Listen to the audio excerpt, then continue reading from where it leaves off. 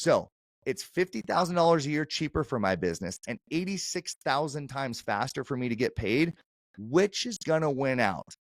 Fiat credit card companies or Bitcoin? It's a matter. So it's one thing to say that as Bitcoiners, we're going to benefit from spending our sats, which I absolutely think we will. But we have to always look at incentives, and businesses operate off of monetary incentives. I think as a merchant all the time, I have stores, we have the jiu-jitsu gym, all that. We're constantly dealing with this burden of merchant fees. Merchant fees are something like 3 to 4% of every transaction. Like when somebody swipes their card and they get rewards, our business is actually paying for that. We're paying money to the credit card companies so that they can incentivize their people to get rewards and spending and all that kind of stuff. Unfortunately, for my little chain of wellness studios here in Southern California, it's just a 3-store chain. It's not a huge chain. Our merchant fees are about over $50,000 per year. So it's a cost to our business just for the act of accepting credit cards that we will pay $50,000 as a line item of our expenses. If we were to convert fully over to Lightning, it would be pennies for the year. I mean, our cost would be inconsequential because most Lightning wallets are custodial, so there's like no fee, or even if people are using their own channels, that the fees are very, very minimal. Not only that, so not only would my business be able to save $50,000 per year, so for me, that's significant. Scale that up to Amazon. Scale that up to Walmart. Walmart does like $6 billion of sales per day. You say, even if they get a better rate, maybe it's 2% for them. If they could save 2%, you're talking about billions, tens of billions of dollars per year that are going to adding no value to their business. I mean, right now it adds value because they can accept payment, but if there's another option that allows them to accept payment, that would certainly be so businesses will be incentivized to do this, right? It's just we need to create the wheels of this economy to start happening, because Walmart's not going to just say tomorrow, let's accept Bitcoin, because there's no Bitcoin economy, right? There's not a robust enough Bitcoin economy at their scale. It's kind of happening on the small level. But here's the other point.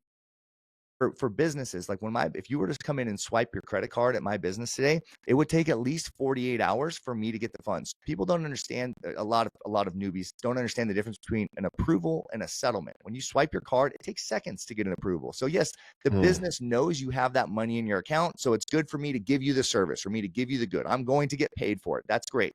But you can't spend it. What's that? But you as a merchant, you don't have access to it. It's essentially frozen. It's waiting to get transpassed. It's not mine. It's not mine yet. You gave me an IOU. I have an IOU. It's good for 48 hours. And then the settlement's going to come into my bank account 48 hours later. But if it's a Thursday, Friday, or Saturday, I don't get paid till Monday, or if it's a holiday, not till next Tuesday. So it might be 96 hours. So I have to make sure I pay my employees, my utilities, all that kind of stuff to service your business right now, to give you the service.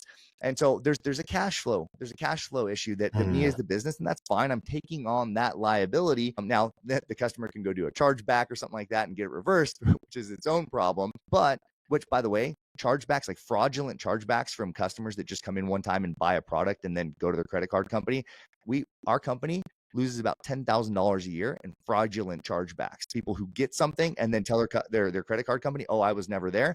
And we always lose that because the credit card company advocates for them. They're the customer they're their business representing the customer. We have never won a chargeback dispute in the history of our company. We've been around for 16 years. And so to say, that's another thing that Bitcoin, you can't charge back on Bitcoin. So that's another $10,000. So we're already up to $60,000 a year that my business would be saving by operating on a Bitcoin standard. Bitcoin doesn't have an approval certainly on the base chain. There's it broadcasts to the network, and then there's once it gets added to the next block. But when we're dealing in Lightning, when the Lightning payment is sent, it is not just the approval, it is final settlement at the same time. It's actually getting, by final settlement, I mean, when you get those sats, you can immediately spend them.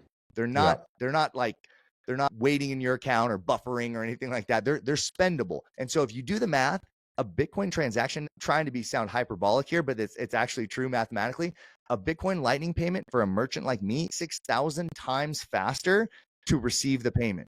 So it's $50,000 a year cheaper for my business and 86,000 times faster for me to get paid. Which is going to win out? Fiat credit card companies or Bitcoin? It's a matter of time. So are you going to be participating in that economy that is most certainly coming, Or are you going to say, I want to hodl because that feels safer? Both are your option. I'm just saying one versus the other seems more appealing to me.